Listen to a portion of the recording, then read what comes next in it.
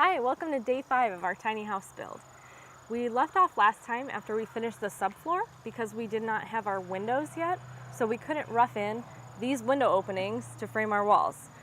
So we took off early last time to go shop for windows, and we were able to find some by Geldwin, who is the manufacturer that our plans recommended using.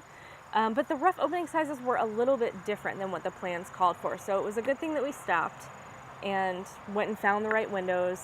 They weren't exactly what the plans called for. They were a little bit different, but we went with a single hung window. They're black on the outside, which we kind of liked that look. I think that'll be neat. So this window here that you're looking into is going to be my kitchen window, and it's going to open sideways like this. And all of the smaller, tall, skinny windows will open up and down. We bought some plans from Tumbleweed. We really liked their elm house, so we bought the plans for the elm. And this was kind of the trouble we ran into, was some of the things that are in the plans, the companies don't make anymore.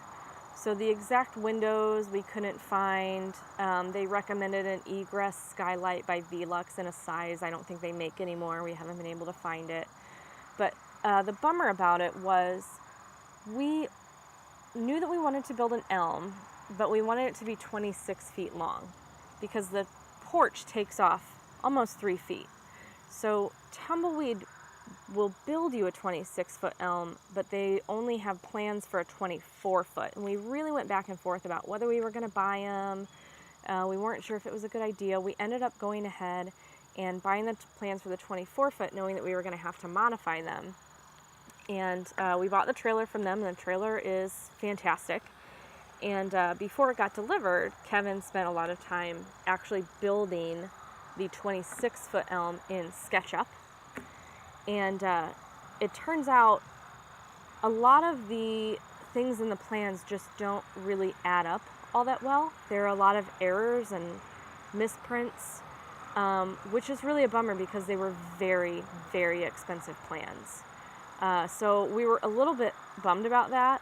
Actually, we were a lot bummed about that because we spent over $700 on these plans that really were not great. But we love the look of this house, so we modified some things on the inside. We didn't love their floor plans. We're doing a little bit of a different kitchen, a different layout downstairs. We basically took the look of the elm, took a look at their plans, and went with some of the structural things that they gave us. But basically the design of this house is almost all our own. I'm sure that a lot of the plans are really great, and I've heard that the cypress ones are really awesome. I don't know, we didn't buy those, so we didn't look, but the elm plans really were kind of a bummer for us. They just didn't include everything we needed. The add-ons for the dormers didn't have, a lot of measurements were just missing. There were just pictures that weren't to scale and no measurements. So that was really a bummer. Kevin was able to figure it all out eventually.